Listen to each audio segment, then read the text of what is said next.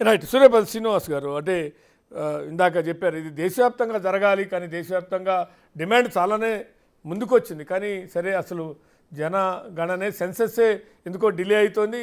సరే ఈ బడ్జెట్లో కూడా దానికి ఏం పెద్దగా కేటాయించలేదు సెన్సెస్కి, కాబట్టి ఈ సంవత్సరం కూడా ఉండదు అనేటువంటిది ఒక ఎక్స్పెక్టేషన్. ఉంటుందా ఉండదా ఐ డోంట్ నో, కానీ ఉంది. సరే ఇది కులగణన సంబంధించినటువంటిది రాష్ట్ర ప్రభుత్వం ఒక అడుగు వచ్చిన డిమాండ్ని దృష్టిలో పెట్టుకున్నా, లాంటి వాళ్ళ ఎన్నికల మేనిఫెస్టోనా, ఇలాంటి కామారెడ్డి డిక్లరేషనా, ఏదేమైనా ఒక అడుగు ముందుకేశారు. సరే దాంట్లో చిత్తశుద్ధి అంతా, నిజాయితీ అంతా అనేటువంటిది ఒక ప్రశ్న ముందుకు వస్తుంది. ఒకటైతే ప్రక్రియ లీగల్గా హైకోర్టు చెప్పింది డెడికేషన్ కమిషన్ వేయాల్సిందే, బీసీ కమిషన్ చెల్లదు అన్నది. డెడికేషన్ కమిషన్ చేశారు క్యాబినెట్, అసెంబ్లీ ఆమోదం. ఇక మిగిలింది ప్రక్రియ చట్టబద్ధత కల్పించడం. అది విద్యా ఉద్యోగ అవకాశాల్లో కావచ్చు, స్థానిక ఎన్నికల్లో కావచ్చు, ఇవన్నీ కూడా జరగాల్సింది. ఆ వైపుగా ప్రభుత్వం మీద ఒత్తిడి తేవటమా, ఇదంతా తప్పులు తడికని చర్చ పెట్టడమా? ఏం చేస్తే ఆ వర్గాలకు న్యాయం జరుగుతుంది? ప్యానెల్లో ఉన్న పెద్దలందరికీ నమస్కారం. ముందు ఈ కులగణన జరగడం అనేది స్వాగతిస్తున్నాము. ఆ రిపోర్ట్ను కూడా టేబుల్ చేయడం కూడా స్వాగతిస్తున్నాము. అసలు ఈ కులగణన అనేది ముందు ఎందుకు స్టార్ట్ అయింది అంటే, ముందుగా బీసీల నుండి ఎక్కువ డిమాండ్ రావడంతో ఈ కులగణన అనేది మొదలైంది. సరే, కులగణన మీద ఏ పార్టీని విమర్శించడం కానీ, ఏ పార్టీకి క్లెయిమ్ చేసుకోవడం కానీ తప్పిందే. ఇప్పటివరకు ఈ దేశంలో కులగణనే జరగలేదు స్వాతంత్రం అనంతరం. సరే, దీనిలో ఒకరి తప్పులు వెతుక్కుంటూ పోతే కాలయాపన అవుతుంది. ఒక బీసీగా నేను దీన్ని స్వాగతిస్తూ ఉన్నాను. సరే, ఇక్కడ ఒక కులగణన జరుగుతున్నప్పుడు, ఒక సర్వే జరుగుతున్నప్పుడు కాంగ్రెస్ పార్టీ చేసిన విధానంలో కొన్ని కనిపిస్తున్నాయి. అంటే ఇది ఒక కార్పొరేట్ సంస్థలు ఒక సర్వే చేస్తే వాళ్ళ అల్టిమేట్ గోల్ ఒకటి ఉంటుంది. ఆ గోల్ రీచ్ కావడం కోసము సర్వే చేసినట్టు అనిపిస్తుంది.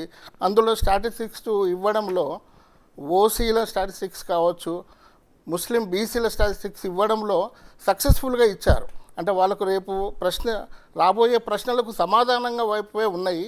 కానీ బీసీల కోణం నుండి మాత్రం ఇది ఏమీ కనిపించలేదు. సరే, ఇట్లాంటి విషయాలు చాలా ఉన్నాయి. ఇప్పుడు వీరయ్య గారు చాలా విషయాలు మాట్లాడారు. వీరయ్య గారు ఎప్పుడు మాట్లాడినా ఆర్ఎస్ఎస్ అనే పదం రాకుండా మాట్లాడారు అనుకుంటా.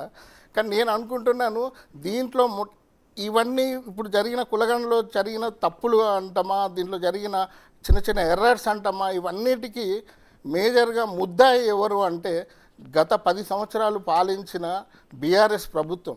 ఎందుకంటే ఎప్పుడైతే రాష్ట్రం ఏర్పడ్డదో, రాష్ట్రం ఏర్పడగానే అక్కడ ప్రజలకు ఏం కావాలి అని ఒక సమగ్ర కుటుంబ సర్వే తయారు చేసి ప్రజలందరినీ ఇన్వాల్వ్ చేసి ప్రజల డబ్బుతోని చేయించిన ఈ సర్వేను టేబుల్ చేయలేకపోవడం, టేబుల్ చేసిన వాళ్ళు సొంతం కోసం ఉపయోగించుకోవడం అనేది చాలా సిగ్గుచేటిది. అన్నిటికన్నా ముఖ్యమైనది ఏంటంటే, ప్రతిపక్ష నాయకుడు ఇంత పెద్ద ఇష్యూ జరుగుతూ ఉంటే తను ఎక్కడున్నాడో తెలియకపోవడం అనేది తెలంగాణ ప్రజలకు, రాజకీయ పార్టీలకే అర్థమవుతుంది. అంటే బీజేపీని విమర్శిస్తున్నారు. వీరయ్య గారికి ఒక విషయం చెప్పాలి. వీరయ్య గారు కూడా బీసీ అని నేను అనుకుంటాను. వీరయ్య గారికి తెలవాలి, 2018లోనే బీసీలకు కాన్స్టిట్యూషనల్ స్టాటస్ వచ్చింది వీరయ్య గారు. అట్లనే 102వ రాజ్యాంగ సవరణ వల్ల, 105వ రాజ్యాంగ సవరణ వల్లనే రాష్ట్రాలకు అధికారాలు వచ్చినాయి. దాని తర్వాతనే వచ్చిన జడ్జిమెంట్స్కు కొద్దిగా వ్యాలిడిటీ పెరిగింది. ఆ వ్యాలిడిటీ పెరగడం వల్లనే సుప్రీంకోర్టు జడ్జిమెంట్ల ఆధారంగానే ఈ డెడికేటెడ్ కమిషన్స్ కానీ అపాయింట్ కాబడ్డాయి. అంతకుముందు ఇట్లాంటి కమిషన్స్ ఏమీ పనిచేయలేదు. ఆ డెడికేటెడ్ కమిషన్స్ అన్నీ కూడా లోకల్ బాడీ రిజర్వేషన్స్ కోసమే ఉపయోగపడుతున్నాయి. మళ్ళీ దీన్ని తీసుకెళ్ళి చేస్తారు అనేది కొద్దిగా మనకు ఆశ్చర్యంగా ఉంది. కానీ ఓవరాల్గా చెప్పాలంటే operation is success, patient is dead. Patient ఇక్కడ వచ్చేసి బీసీలు అండి. బీసీలు ఇక్కడ బీసీలు అనేది ఒక విచిత్రం ఉంటుంది. ఒక ముస్లిం బీసీల సంఖ్యనే విడిగా ఉంచడం ఎందుకు? ఒకవేళ ఉంచదలుచుకుంటే బీసీ ఏలో ఎంతమంది ఉన్నారు, బీలో ఎంతమంది ఉన్నారు, సీలో ఎంతమంది ఉన్నారు, ఈలో ఎంతమంది ఉన్నారు, డీలో ఎంతమంది ఉన్నారు అని చూడాలి. ఎందుకంటే ముస్లిం బీసీలు బీసీఈలో ఉన్నారు. మరి వాళ్ళు బీసీఈ ఒక్కటే స్పెసిఫిక్గా చూపించడంలో వాళ్ళ అంతరార్థాలు ఉన్నాయి దాంట్లో. అంటే వాళ్ళు సక్సెస్ఫుల్గా సర్వే చేశారు. వాళ్ళకి కావాల్సిన అవుట్పుట్ అసలు బీసీలో ముస్లిం బీసీలో హిందూ బీసీలు అనేది ఉండదు అనే ఒక ఆర్గ్యుమెంటు తీసుకొస్తున్నారు. బీసీలో ఉంటారా ఉండరా? ఎందుకంటే కొన్ని సామాజిక అంటే బీసీలో సామాజిక వర్గాలు వాళ్ళు కొంత ముస్లిం సాంప్రదాయాల్ని, ముస్లిం పండుగల్ని వాళ్ళు ఆ కల్చర్లో ఉన్నారా లేరా? వాళ్ళని హిందూ ముస్లిం బీసీలు అందామా, ముస్లిం బీసీలు అందామా, అసలు అట్లా ఉండరు అని ఒక ఆర్గ్యుమెంట్ తీసుకొస్తున్నారు. అంటే దీనికి పెద్ద తప్పు ఏంటంటే బీసీఈగా గుర్తించడమే తప్పు. వీళ్ళని బీసీఈగా గుర్తించవచ్చు. సపరేట్గా గుర్తించడం వల్లనే వాళ్ళ మత కోణం అనేది ఒకటి ఏర్పడుతూ ఉన్నది. వాళ్ళను కూడా వాళ్ళు చేసే సామాజిక వృత్తులను బట్టి కనుక వాళ్ళని కేటగరైజేషన్లో మనల్ని ఇన్వాల్వ్ చేసి ఉంటే, ఏబిసిడీలలో కనుక నింపుంటే వాళ్ళకు కూడా, ముస్లింలకు కూడా న్యాయం జరిగేది. వాళ్ళని సపరేట్గా చూపించడం. ఇంకా విచిత్రం ఏంటంటే 10 సంవత్సరాలు 9.5 సంవత్సరాలు పాలించిన కేసీఆర్ గారు వారు 12% ఇవ్వడానికి కూడా సిద్ధపడ్డారు.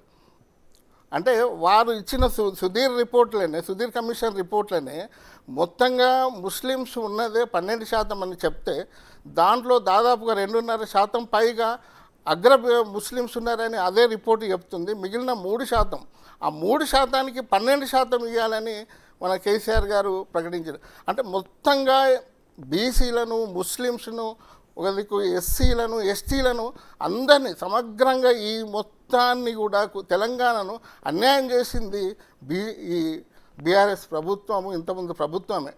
దాన్ని ఏదో రెక్టిఫై చేయడం కోసం కాంగ్రెస్ మొదలుపెట్టిన అన్నా కూడా, కానీ వాళ్ళ క్లియర్ ఇంటెన్షన్స్ మాత్రం వేరే ఉన్నాయి. వాళ్ళ ఇంటెన్షన్స్ మాత్రం ఈడబ్ల్యూఎస్ కోటాను కాపాడుకోవడం కోసము, ముస్లిం రిజర్వేషన్ను కాపాడుకోవడం కోసం అన్నట్టే కనిపిస్తుంది. ఎక్కడ కూడా బీసీల మీద ప్రేమ బీజేపీ మీద కూడా ఒక విమర్శ ఉంది. ఎకనామికల్లీ బ్యాక్వర్డ్ అని 10% ఇచ్చి ఆ రకంగా కూడా బీసీలకు అన్యాయం చేసింది బీజేపీ అనే ఒక విమర్శ కూడా ఉంది. దానికి డెడికేషన్ కమిషన్ అవసరం లేదు, దానికేమీ సోషో ఎకనామిక్ సర్వే రిపోర్ట్లు అవసరం లేదు, ఏ రకంగా 10% వాళ్ళకి ఇచ్చారు అనేటువంటి ఒక ప్రశ్న పదే ముందుకు వస్తుంది. ఆ రకంగా ఈబీసీలకు 10% ఇవ్వటం వల్ల బీసీలకు అన్యాయమే జరిగింది కదా అనే చర్చ బీసీ వర్గాల నుంచి కావచ్చు, ఇతర డెమోక్రాట్స్ నుంచి కావచ్చు వస్తుంది. శ్రీనివాస్ అయితే దీన్ని చాలా వేగ్గా ఎలిగేషన్ చేస్తుంటారు మన వాళ్ళు చాలామంది. యాక్చువల్గా ఎకనామికల్ బ్యాక్వర్డ్నెస్ మీద రిజర్వేషన్లు ఇవ్వాలి అని ఆయన తీసుకొచ్చింది మొట్టమొదలు పివి నరసింహారావు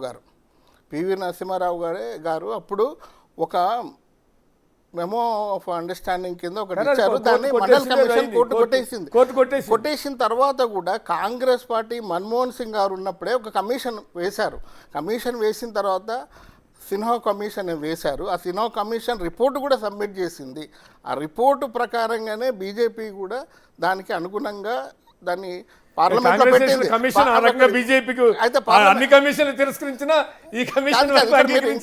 మీరు ఒక బీసీ కోణంలో ఒకటి వినాలి.